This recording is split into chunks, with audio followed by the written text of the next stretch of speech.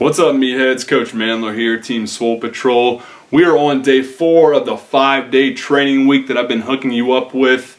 If you recall, on Monday we did some dynamic effort work, some speed work on the deficit deadlift, and that's the whole purpose of that was to simply increase the rate of force development in that particular movement pattern and set us up for the max effort work that we're doing 3 days later, which was today. Now, if you know anything about that whole model of doing dynamic work and have that being parlayed into max effort work, that is straight from Meathead Jesus' mouth, Louis Simmons in the West Side Method.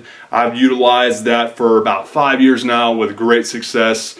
Maybe you don't believe in that method or that system, but there are two just irrefutable principles within that method that I think, regardless if you do believe in it or ever wish to believe in it, you cannot debate the merits of these two powerful principles that I'm about to share with you. The first is that if you want to improve maximal strength in your core movements, which for, let's face it, for most guys is going to be a press, a deadlift, and a squat, you want to improve maximal strength, not just in those 3 competitive lifts, but variations of those movements as well. So, for instance, given the fact that today we're doing max effort work on the deadlift, I'm not just going to do a conventional deadlift on each and every one of my max effort deadlift days. Sometimes I'll throw in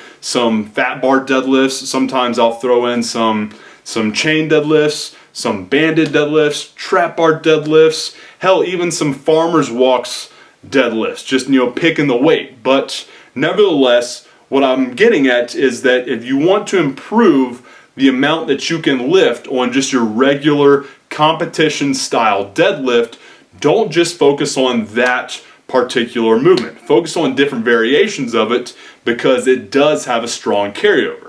And the other very, very important principle I want you to pick up on and will make you a exponentially better program builder is the fact that you need to focus on the exercises that you suck at. This, for me, was a massive game changer once I got off my high horse, put my ego to the side, and started focusing on the things that I sucked at instead of just letting my ego take control and doing the things that I loved because I was good at and it made me look like King Dick in the gym. Given the fact that today, like I said, we're doing max effort work on the deadlift, I gotta give you full disclosure. I absolutely suck at the deadlift and hate the deadlift with a fiery fucking passion. And it's because I hate sucking at things, but it's because of that hate at sucking at the deadlift that I emphasize more work and put more time and effort into bringing that weakness up. And what I'm getting at is that instead of focusing on the things that you're good at, letting your ego take control, start to think about the exercises that will improve the things that you suck at. So for instance, my deadlift sucks from the ground to, about knee level. And the reason I suck at that is because, very simply put, I don't have great starting strength from the floor. And I don't have starting strength from the floor because of weak quads and still kind of figuring out which movement is best for me and my body with a conventional deadlift style. So that said, I program a lot of work these days in to those areas of weakness. I do that because I am tired of sucking at the fucking deadlift. So start taking that approach of figuring out why you're failing and improving the strength of those weaknesses so that you can improve upon the things that you suck at. Start doing the things that you suck at more, and ultimately it will make you a better, more well-rounded, kick-ass lifter. Alright, so just as we have all week, we're going to start right after our dynamic warm-up with some core activation work and then some plyometric / explosiveness work to really stimulate our nervous system and get our body used to moving fast and explosively in the movement pattern that we're doing for the core lift today. So start with these core activation sequences. Doing some anti-extension work here. Was going to do just a regular kind of TRX fallout, but some jabroni was manhandling it for the better part of like 30 minutes. It's like, fuck it, just doing these. So it's kind of like doing the tire rollouts, same thing. Just want to focus on keeping nice and tight, keeping that neutral spine, activating everything in and around your thoracic spine and your lumbar region, and making sure that everything is well insulated. From there, just doing some kneeling overhead get-ups, just doing nothing crazy here. Just getting your upper back, lats, and core all involved, while actually getting a little bit of lower body trunk work in too. So all these are going to play into kind of getting your upper body and your lower body on the same page. When we're doing the deadlift, we have to realize, as simple as that movement is, it's a total body movement. And if you don't have the upper body and lower body on the same page, you're setting yourself up for a straight up snap city, which is not what you want. So anyway, after that core activation sequence, we're doing a little bit of plyometric work here. This isn't just good for really stimulating the nervous system and getting your body used to moving fast and explosively in the movement that you're going to be doing after this, but also just improving some athleticism. All right, I don't just want to be able to get jacked and be able to lift heavy weights. I want to be able to move like an athlete. So anyway, that's supposed to be able to put you in the best possible position, or it is putting you in the best possible position to lift optimally. And here is my absolutely most dreaded lift, the deadlift. You see here, there's a couple things I'm missing there. My grip obviously failed at the end. My back was rounding out of the hole, and that tells me I need to work on my core strength. I need to work on increasing quad strength and obviously my grip too. So doing both core activation work and quad work here with an overhead step up. Great exercise to improve quad strength as well as glutes and hamstrings. And given the fact that you've got a weight overhead, kind of like a waiter's walk, it's going to dramatically increase the core activation that you will experience there too. So it's kind of like one of those multi-purpose exercises that gives you a lot of bang for your buck.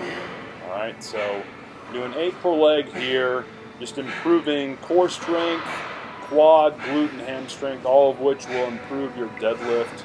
And after these 8 reps, which by the way, focus on driving your heel into that box as much as possible and minimizing the other leg's help and assistance in that exercise. It's just a way to make sure that you get the most out of it. Afterwards, I'm going to do just a regular goblet squat to really emphasize the quads. Like I said, we're working on weaknesses. My deadlift sucks because of those reasons. Not just form, but it's also those muscles that need to be strengthened in order to bring it up so that it doesn't suck so goddamn much. Now, after that, we're doing just the last part of the training day, just a circuit of weighted back extensions and some stability ball curls and bridges. This is going to be just some simple glutes and hamstring work here, a little bit of lower back work too with that weighted back extension.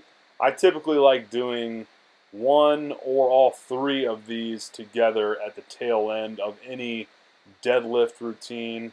Sometimes if I wanted to kind of do a little bit of grip work too, because God knows I need that as well, I'll finish up with even some farmer's walks, which will improve grip, as well as some back strength. But nevertheless, take-home message here, find out why you suck at a certain lift, and utilize exercises that will improve the strength so that you don't suck at them any longer. Hey dude, hopefully you enjoyed today's deadlift routine and picked up a tip or two on what you can do to unsuckify your deadlift.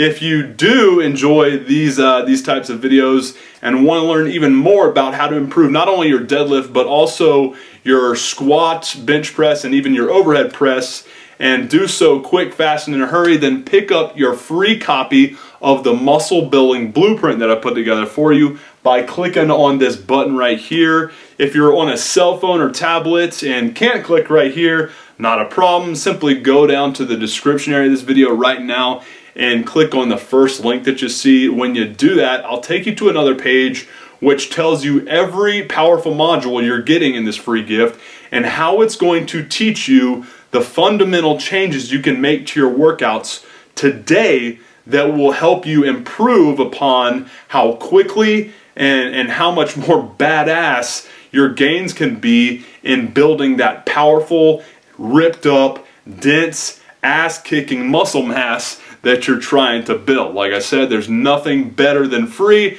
and of course, there's absolutely nothing better than being able to look and perform like an absolute badass. So if you want a kick-ass free gift that will teach you the methods that you can apply into the gym today that will show you how to look and perform like a straight beast, then do yourself a favor and pick up your free gift right there or down there. And of course, if you haven't done so already, be sure to hit the like button and subscribe to the channel so you don't miss out on any of the kick-ass tips and routines that I'm going to be hooking you up with here in the future. Appreciate your time, guys. Have a good one. MANdler out.